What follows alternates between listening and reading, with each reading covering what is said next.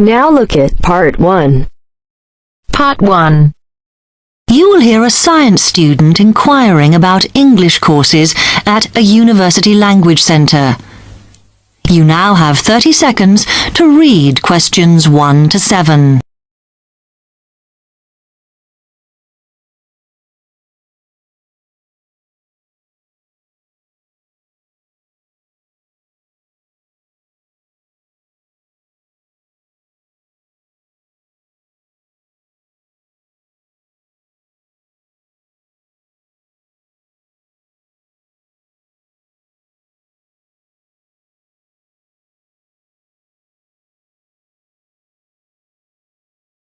Now listen carefully and answer questions 1 to 7.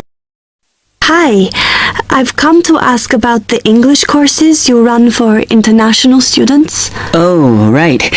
I assume you're a student at the university. Yes, I've just started. Okay. Well, we've got a range of courses. It depends what you think you need and how much. We can't run everything at the same time, though. So, for example, in this first term, we are just doing a writing course. I see. That sounds quite useful. What else is there? Some of the courses only run for single terms, and we tend to focus on what students have difficulty with. That means we don't usually do speaking courses, but next term you can do listening. That'll help you with lectures and things. Our provision is all based on what the majority of our international students need. So, is everything term-based? There's nothing that you run all year? Well, let's have a look. Yes, there is a class for vocabulary and grammar every term. That's for everybody, but it's split into 3 or 4 levels. And what about in the holidays? We don't do anything during the winter or spring break. But over the summer, there's just general classes because that's what most students want. A bit of everything. Okay, quite a variety then. I'll have a think about what I really need because I haven't got much time. Do you have about 20 students in each class, the same as our science seminars? We try to keep it at about 12 and certainly not more than 15. It's important for language classes. They're very different from your normal courses. Right. And how much are the classes? The rate varies depending on how many hours you attend, but you shouldn't have to pay. Usually, the department will fund you and even sort out which classes you need. Brilliant. It would be quite useful for me to have a certificate to take back to my country. Do you put us in for exams? Yes, but we don't like them to clash with your main course exams in June, so we run them in May. Oh. That leaves you time for revision. Do I have to sign up for something now? I'm not quite sure what I want. Classes haven't quite started yet, so you've got time to decide what you do. All we insist is that you sign up before week 5. That gives you about 3 weeks to decide. Okay. You now have Have some time to look. seconds to read questions 8 to 10.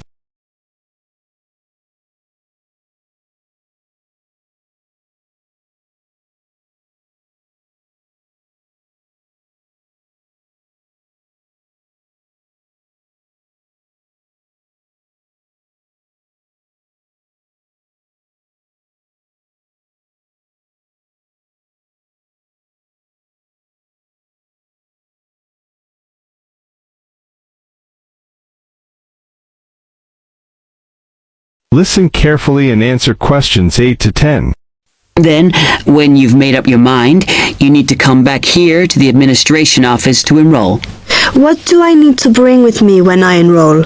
My identity card, I guess. Yes, or your passport. Then you'll be given a registration form, which you'll have to show to the teacher when you have your first class. Okay. And should I ask my tutor about which classes I should do then? Yes. Then you get a note from him and give that to the desk when you register.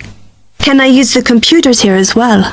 Yes, you'll be given a password when you go to your first class, so remember to bring a disk with you to save your work on, as you won't be allowed to save it on the hard drive. Okay. Will I need anything else? Dictionary? We've got loads of those here that you can borrow, but you'll need a notebook as we don't provide paper or files. Okay. Thanks. That is the end of part 1. You now have half a minute to check your answers.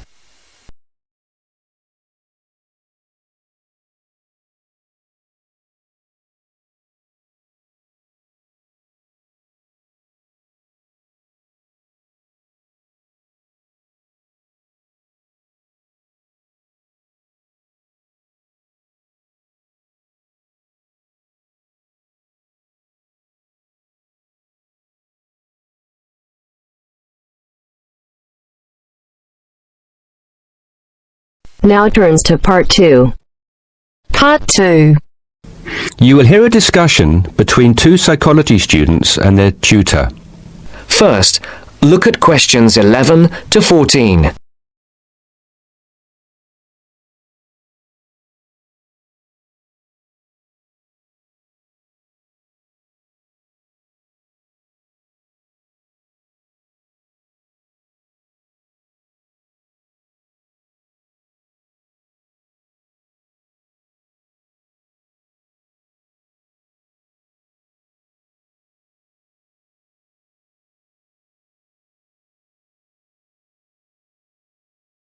Listen carefully and answer questions 11 to 14. So, how did you find the lecture yesterday? Reasonably interesting, but he sort of rushed through Maslow's work, which, considering it's been covered before, is fine for everyone else except me, who missed the last lesson. Why don't you fill him in then, Tina? Me? Oh, okay. Well, basically, it's simple enough. We all have certain needs, and what Maslow did was group them into categories. Depending on how successful your life has been or what stage of life you are at, your needs change and you shift from one of Maslow's categories into another. First, there's your basic needs. Physiological needs, the professor said. Is that right? Very good. These needs are pretty obvious. They're our most basic ones. Things every human needs to survive and function, like air, water, food, clothing and shelter. It's not rocket science, this bit. Maslow just points out that until we have satisfied those basic needs, our desires don't evolve into anything more complex, and we don't seek any greater form of fulfillment. Isn't that a bit irrelevant today? Not really. Millions of people in the developing world are still fighting to fulfill these needs, fighting for their very lives every day. Good point. So anyway, Maslow represented what he called his hierarchy of needs on a pyramid, or in 2D, a triangle. With physiological being at the base, presumably. Yes, it's obvious, isn't it? What's at the other end of the spectrum, then? Well, to be at the pinnacle, you've got to have mastered the other levels of need. Then you are in the self-actualization zone. This is a place where you are very at one with yourself and looking to make the absolute most of your skills, talent and potential. You can only focus on maximizing these, though, of course, if, as Maslow reminds us, you're fulfilled in every other sense. And what are these in-between levels, then? Well, after you've found food and water and shelter and so on, the next step is to fulfill your safety requirements. Safety does not just mean your physical safety, though. That's far too simplistic. It's also about your emotional safety, your job security and so on. And let me guess, after that it's the need for esteem. No, Maslow reasoned that after your physiological and safety needs are fulfilled, the next most urgent requirement is for friendship, intimacy, companionship and so on. You know, on an emotional level, building a family, having relationships, etc. Only then, after you have found a sense of belonging, does the need for esteem take precedence, he argues. Presumably that's the need to feel accepted and valued. Yes, but more on that later. Do you feel more comfortable now? Yes. Thank you both. Before the broadcast continues, look at questions 15 to 20.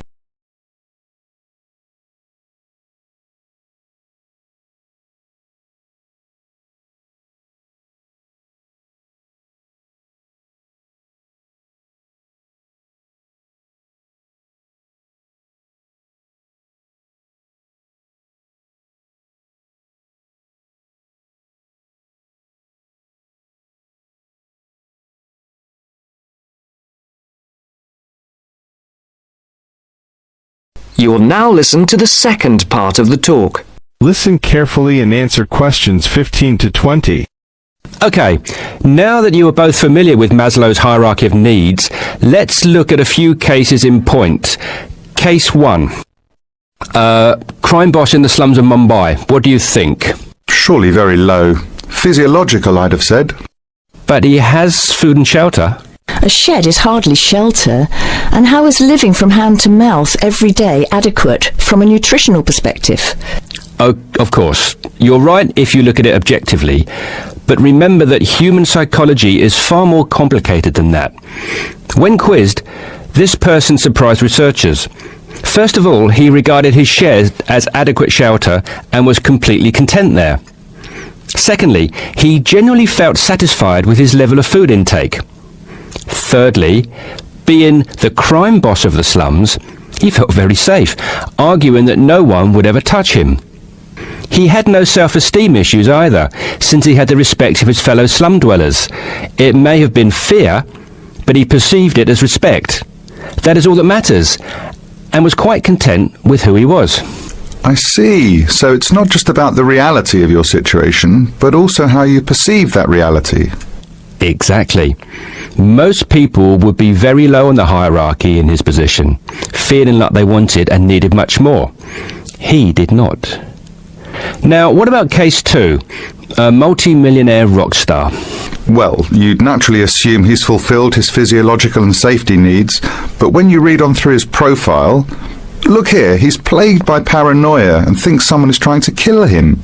On that basis, given his state of mind, he must believe that his safety is compromised, so safety must be his primary concern. Really good.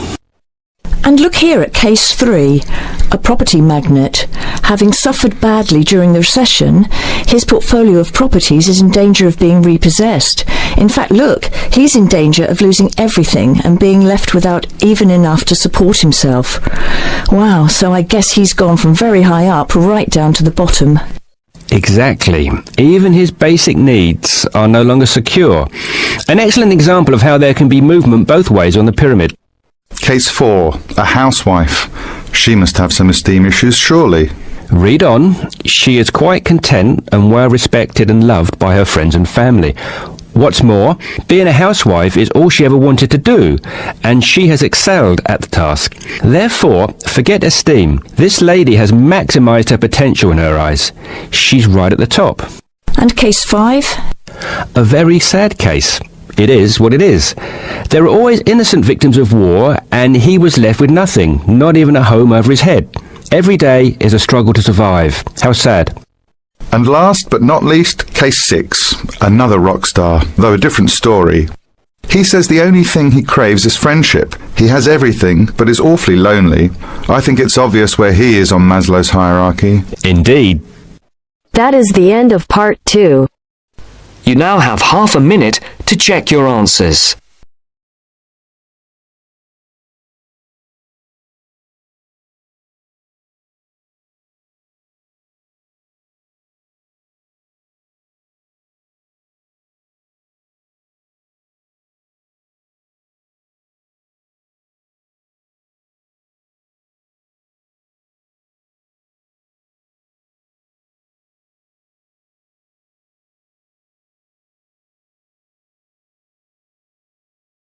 Now turns to part 3. Part 3. Hear a conversation between Mrs. Lamb, a member of the staff in a large hospital, and Andrew, who is a student in the nursing school. Mrs. Lamb is explaining the rules about visiting hours in the hospital. First, you have some time to look at questions 21 to 24.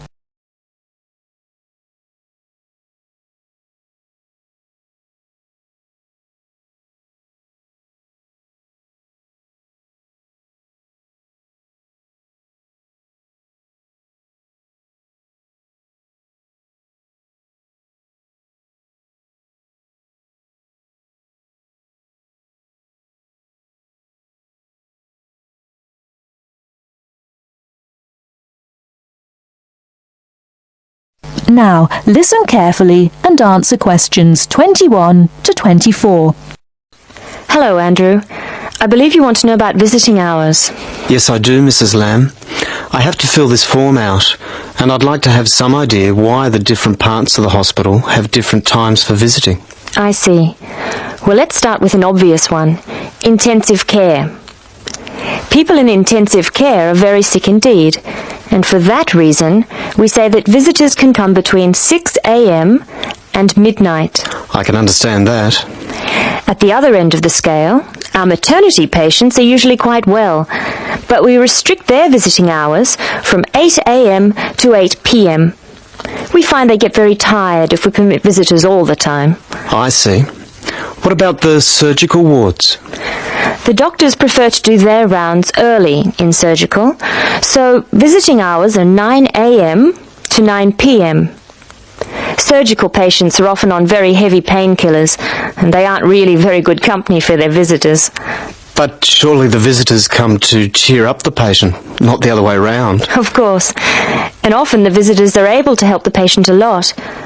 That's why we allow visitors all day, the full 24 hours in the emergency ward. They help comfort the patient while they're waiting to be diagnosed. Of course, it's not just everyone who can visit a sick patient. People in intensive care can only be visited by their immediate family. What's more, we only allow 2 people in at any time.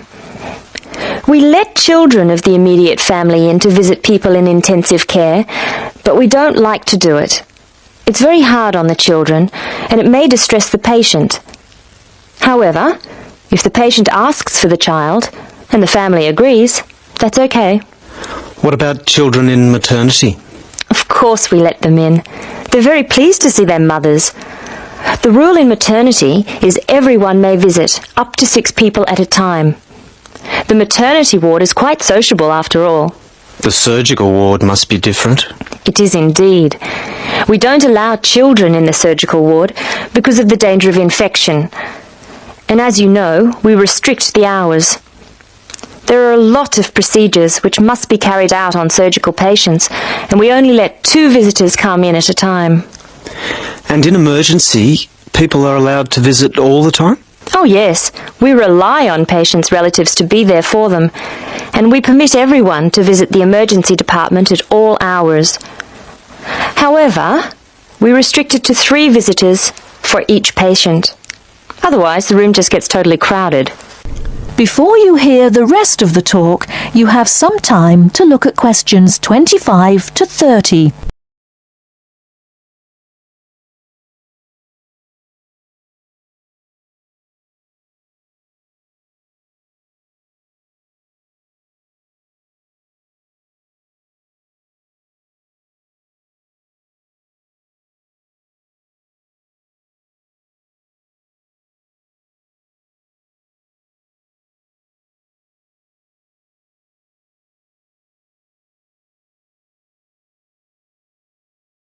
Now listen and answer questions 25 to 30.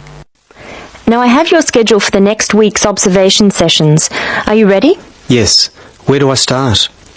On Monday, you'll be in male surgical in the morning and in female surgical in the afternoon. You'll be following Dr. Shea on her rounds. Thank you. And on Tuesday? On Tuesday, you'll be with Dr. Thomas in the morning and Dr. Robertson in the afternoon. No, that can't be right. You're with Dr. Thomas in the afternoon and Dr. Robertson in the morning. Do I ever get to see Dr. Kim? Yes, you'll be with Dr. Kim on Thursday and Friday. She'll take you through the children's ward and through our new teenage ward for 12 to 15-year-olds. Great. I've read a lot about that new ward. Will I see the schoolroom? Maybe another time. And what will I do on Wednesday? On Wednesday, you'll join the other students for lectures. You'll be in the Redmore lecture room between 8 and 10 a.m. and later between 2 and 3 p.m. Thank you. Do you know how big my class is? The intake this term is 200 first-year students. I'm pleased to say about 1/3 are men, which is good. Nursing used to be an almost entirely female occupation. I know. My father trained as a nurse, and he was considered very unusual. Is he still working as a nurse? Yes, he's working in a hospital in the country. I guess I just wanted to follow his example. That is the end of part 3. You now have half a minute to check your answers.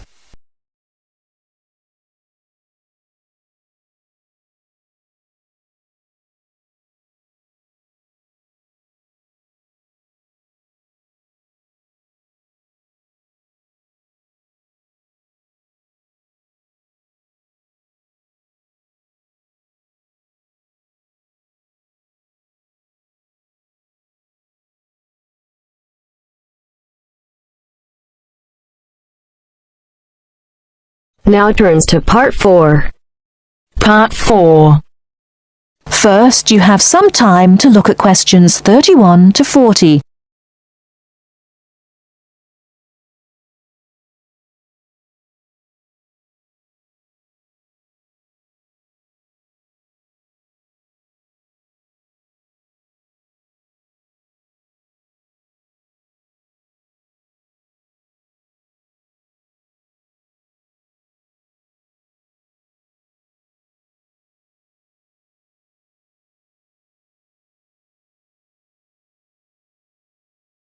Now listen carefully and answer questions 31 to 40. Today I'm going to talk about the city of Barcelona and its architecture. First, the city. Barcelona is a city of some 1.5 million people.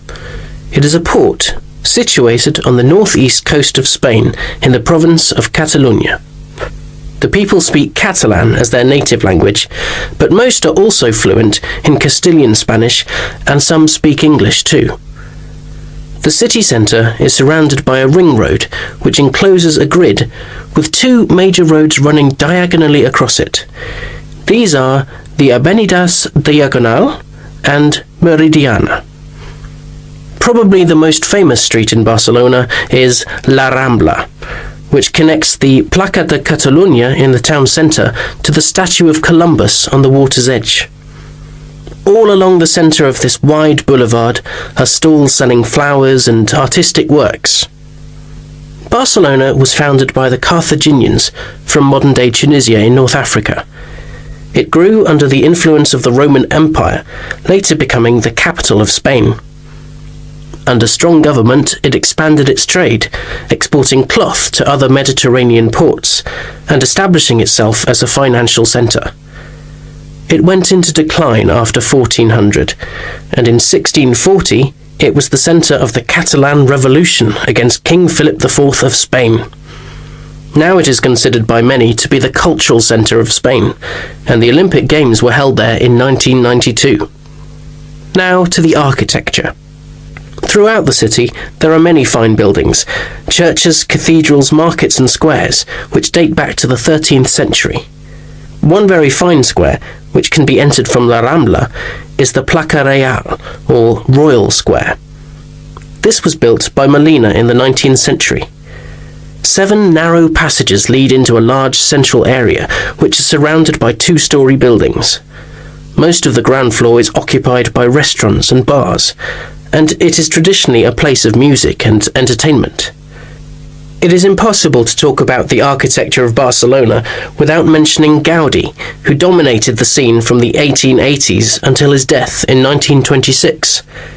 His style was unique, a decorative form of Art Nouveau, the style of the 1920s and 30s in Europe. It was based on organic natural forms, which often seem to defy the qualities of the materials they are made from. I will mention just 3 of his best-known works today. The first is Güell Palace.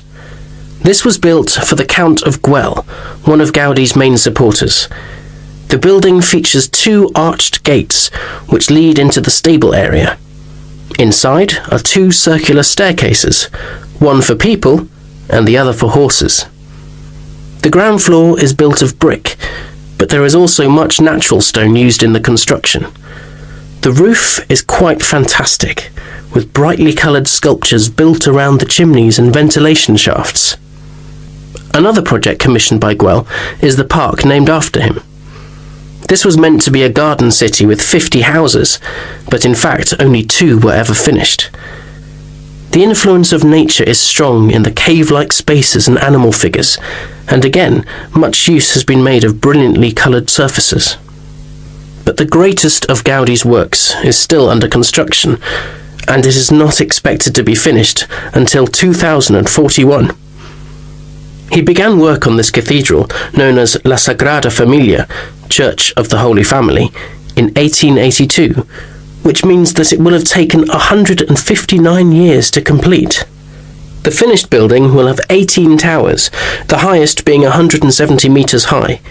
The building will be 95 metres long by 60 metres wide, and it will hold 13,000 people, a truly impressive monument to Gaudi's great genius.